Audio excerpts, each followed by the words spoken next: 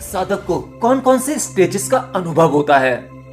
तो चलिए आज का वीडियो इसी के बारे में है कि जब आप ध्यान स्टार्ट करते हैं, मेडिटेशन शुरू करते हैं, तो आपको उस ध्यान की अवस्था में क्या क्या अनुभव होंगे, जिससे आप खुद ही पता लगा पाओ कि आपका ध्यान हो रहा है या नहीं। देखिए, एक साधक को जब वह ध्यान करना शुरू करता है तो वह साधक 3 अवस्था को अनुभव करता है, और जिसमें सबसे पहली अवस्था का अनुभव होता है वह है शून्यता का। मतलब आपके भीतर शून्यता की झलकियां आने लगती हैं। अब चाहे आप कुछ भी काम कर रहे हो, और हाँ, एक बेसिक साधक को यानी जिसने ध्यान करना भी शुरू किया है, कभी कभी शुरुआत में उसे इस अवस्था का पता नहीं चल पाता, क्योंकि यह आपके अवचेतन तल पर होती है। यानी जो लोग ध्यान करते हैं, यह अवस्था अक्सर उनके साथ में हो जाती है। यह एक्सपीरियंस कुछ ऐसा होता है कि व्यक्ति बाहर काम भी करता रहता है, लेकिन उसके भीतर कोई रस नहीं रह जाता। यानी बाहरी तौर पर उसका इंटरेस्ट कम होने लगता है। वो समाज के सारे काम करता है, हंसता है, बोलता है, काम करता है, दुकान पर बैठता है, ऑफिस जाता है, ये सब कुछ करता तो है, लेकिन इस बाहरी दुनिया के लिए जो पागलपन है वो खत्म हो जाता है। बस वो बाहरी सभी क्रियाएं कर रहा होता है एक कर्तव्य के लिए, लेकिन उसके साथ जुड़ा हुआ इंटरेस्ट, जो रस था, अब वो भीतर की ओर चला जाता है और अपने ही भीतर एक शून्य का अनुभव होने लगता है। एक अपार शांति सी महसूस होने लगती है। यह शांति उस शांति से अलग होती है जब आप कुछ भी हासिल करना चाहते हो और वो चीज आपको मिल जाती है। आपको उस समय जैसा लगता है वैसी शांति नहीं है, यह आपको रोक देने वाली शांति है, और ध्यान में घटने वाली एक पहली अवस्था होती है। और दूसरी अवस्था है जिसे कहा जाता है सतोरी अवस्था, और इस सतोरी अवस्था में आपको अनुभव होता है उस शून्य का। अब आपको बुद्धि के तल पर इसका बोध होने लगता है। पिछली अवस्था में जो आपके भीतर घट रहा था, यानी पहली अवस्था जो थी, उसमें आपको शून्य की झलकियां मिलती तो हैं, लेकिन आपको पता नहीं लग पाता कि आपके भीतर क्या घट रहा है। लेकिन इस सतोरी अवस्था में आपको बोध होने लगता है उस शून्य का कि दरअसल आपके साथ क्या हो रहा है, आपके भीतर क्या घट रहा है। कभी कभी वह शून्य इतना प्रकार घटित हो जाता है कि मानो जैसे एकदम से विस्फोट हो गया हो। लेकिन इस सतोरी अवस्था में जो भी अनुभव आपको होते हैं वो स्थिर नहीं रह पाते। मतलब आपके भीतर एक प्रकाश घटता है और फिर चला जाता है, विस्फोट होता है और कहीं खो जाता है। एक क्षण के लिए विराट रोशनी होती है और फिर अंधेरा हो जाता है, और यह अनुभव आपको कई बार हो सकता है। इसका कोई पैरामीटर नहीं है कि आपको यह अवस्था इतनी बार घटेगी, यह कितनी बार भी हो सकती है, लेकिन यह अवस्था आपकी प्यास बढ़ा देती है। और फिर तीसरी अवस्था, जिसे समाधि की अवस्था कहा गया है, और यह समाधि आपके भीतर क्षण भर के प्रकाश के जैसी नहीं है। मतलब एक बार प्रकाश उत्पन्न हो गया, रोशनी हो गई सो हो गई। जो सूरज आपके भीतर अंधकार में उग गया, अब वो उग गया। इसमें ऐसा नहीं होगा कि एक बार प्रकाश हुआ और अंधेरा हो गया, फिर से प्रकाश की झलकियां मिली और फिर अंधेरा हो गया। इसमें ऐसा कुछ नहीं होगा। समाधि की अवस्था में जो प्रकाश आपके भीतर खिलता है वो स्थिर हो जाता है, और यह समाधि साधक की अंतिम अवस्था होती है। या कहें समाधि आपके भीतर का आखिरी कमल है, आखिरी चक्र, जो आपके 7 चक्रों में से सहस्त्रार चक्र है, आपका क्राउन चक्र। और जब इससे पार जाते हैं तो आप निर्वाण को प्राप्त हो जाते हैं, भगवान बुद्ध बन जाते हैं। यानी समाधि के पार चले जाना, यही निर्वाण है, यही सत्य है, यही मोक्ष है। लेकिन इस निर्वाण से पहले उस ध्यान में आपके भीतर कई घटनाएं होंगी। ध्यान समाधि तक जाने का एक प्रकार का अभ्यास है, और उस अभ्यास के दौरान आपके भीतर स्थिरता आ जाती है और बाहर से हटना हो जाएगा।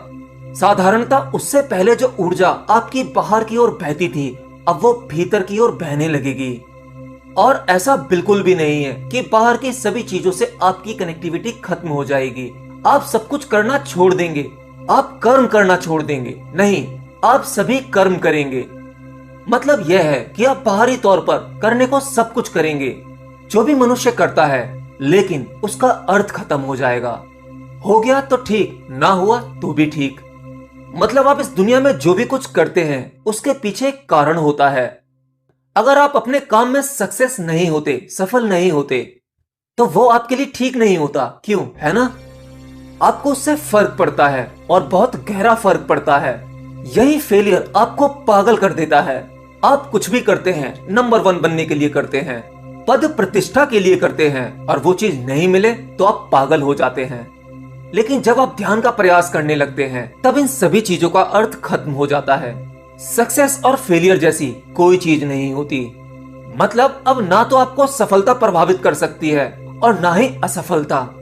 आप दोनों के बीच में ठहरना सीख जाते हैं। सुख और दुख आपके लिए बराबर हो जाते हैं। व्यक्ति ऐसे जीने लगता है जैसे वो अभिनय कर रहा हो, एक नाटक कर रहा हो। जैसे आपने किसी अभिनेता को देखा होगा, जब वह अभिनय करता है तो वह भीतर से जानता है कि ये सब कुछ वह अभिनय कर रहा है, ये सच नहीं है, ये उसकी असल जिंदगी का हिस्सा नहीं है। लेकिन वो अभिनय ऐसे करता है जैसे मानो सच हो रहा हो। हमें तो वो सच लगता है, क्यों, है ना? उनके एक्सप्रेशन, बॉडी लैंग्वेज, इमोशन और चेहरे के हाव भाव सब कुछ ओरिजिनल लगता है। बिल्कुल ऐसे ही एक ध्यान करने वाले साधक के साथ होने लगता है। हम सबको वह नॉर्मल व्यक्ति लग सकता है, लेकिन उसके भीतर वह जानता है कि दुनिया एक अभिनय का प्लेटफॉर्म है। वह सिर्फ यहाँ पर अभिनय कर रहा है।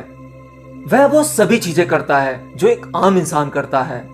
बिल्कुल वैसे करता है जैसे हम करते हैं। वह सच जैसा ही लगता है, लेकिन वह जानता है यह सब माया है। असली सत्य की झलकियां तो उसके भीतर घट रही होती हैं और झूठ वो बाहर से जी रहा होता है। और ध्यान रखना, पहली दूसरी अवस्था में जरूरी नहीं है कि आपका ध्यान हमेशा सदने लगेगा। नहीं, कभी कभी ध्यान आपका सही लगेगा, कभी कभी आपका ध्यान नहीं लगेगा। पहली अवस्था में तो आप समझ ही नहीं पाते सही ध्यान में भीतर किस तरह से महसूस होता है। दूसरी अवस्था यानी सतोरी में आप जान जाते हैं कि ध्यान क्या है, और वह ध्यान कभी कभी घटता है, हमेशा नहीं। लेकिन हाँ, दूसरी अवस्था में आपको जो झलकियां मिलती हैं उस प्रकाश की, ये बड़ा ही गजब का अनुभव है। जब आप यहाँ पहुंच जाते हैं और इस तरह की घटना आपके भीतर घटने लगती है तो समझ लो अब आप भटक नहीं सकते। अब आपको रास्ता, मंजिल साफ साफ दिखाई दे जाता है। अब यहाँ पर एक बात आपको कंफर्म हो जाती है कि जिसकी तलाश है वो असल में है। मतलब आपके भीतर उस परमात्मा के लिए वो कंफ्यूजन खत्म हो जाता है कि क्या वो है या नहीं है, क्योंकि आपको उसकी झलकियां दिख जाती हैं, वो सत्य नजर आने लगता है। आप जान जाते हैं कि वह परमात्मा झूठ नहीं है। जिसके बारे में सभी बात करते थे वह कल्पना नहीं है। अब वो चाहे जन्मों जन्मों तक मिले या ना मिले, लेकिन वो है। आपके भीतर उस परमात्मा के लिए श्रद्धा आ जाती है, और जब आपके भीतर पूरी तरह से श्रद्धा आने लगती है तो यही सतोरी वाली अवस्था आपकी समाधि बनने लगती है। और ध्यान की सतोरी अवस्था में इस स्टेज में आकर आप अपने आप को नहीं रोक पाएंगे। यही अवस्था आपको खींचकर समाधि तक ले जाती है। और इसके बाद जब समाधि घटित होती है तब आप उस सूक्ष्म जगत में प्रवेश कर जाते हैं, जहां आप इस यूनिवर्स के रहस्य जानने लगते हैं। ये यूनिवर्स कैसे काम करता है आप स्वयं अनुभव कर पाते हैं, या ये कहें कि ये यूनिवर्स आपके भीतर ही आपको दिखाई देने लगता है। एंड देन समाधि के बाद जो घटता है वो शब्दों में नहीं कहा जा सकता। जी हाँ, बुद्ध, महावीर, कृष्ण, जितने भी एनलाइटेंड पर्सन इस पृथ्वी पर हुए, इन सब ने कहने की बहुत खूब कोशिश की उस सत्य के बारे में, उस परमात्मा के बारे में। मतलब आखिर में आप वह सब कुछ जान जाते हैं जो कभी जाना नहीं जा सकता। आप वो देख पाते हैं जो कभी देखा नहीं जा सकता। इसे ऐसे समझ सकते हैं कि परमात्मा वह सागर है और आप उस सागर की एक बूंद हैं। समाधि के बाद जब ये बूंद सागर में जाती है तो स्वयं सागर हो जाती है, यानी साधक स्वयं परमात्मा हो जाता है। अब वो किस एग्जिस्टेंस की बात कर सकता है, वो अपने आप को भी नहीं बता सकता कि वह क्या है, क्योंकि वह बूंद जो बताने वाली है वो तो खो गई। ऐसे ही स्वयं का खो जाना, स्वयं का मिट जाना, यही निर्वाण है। जब स्वयं मिट जाता है तो समझो परमात्मा प्रकट हो जाता है। एनीवे, अगर आप लोग ध्यान करते हैं तो आप लोग मुझे अपने अपने एक्सपीरियंस कमेंट में लिखकर बता सकते हैं कि आपके साथ किस किस प्रकार की घटनाएं घटी हैं उस ध्यान की अवस्था में, आपके भीतर क्या होता है। तो बस आज के लिए इतना ही, मिलता हूं नेक्स्ट वीडियो में। Till then, bye bye.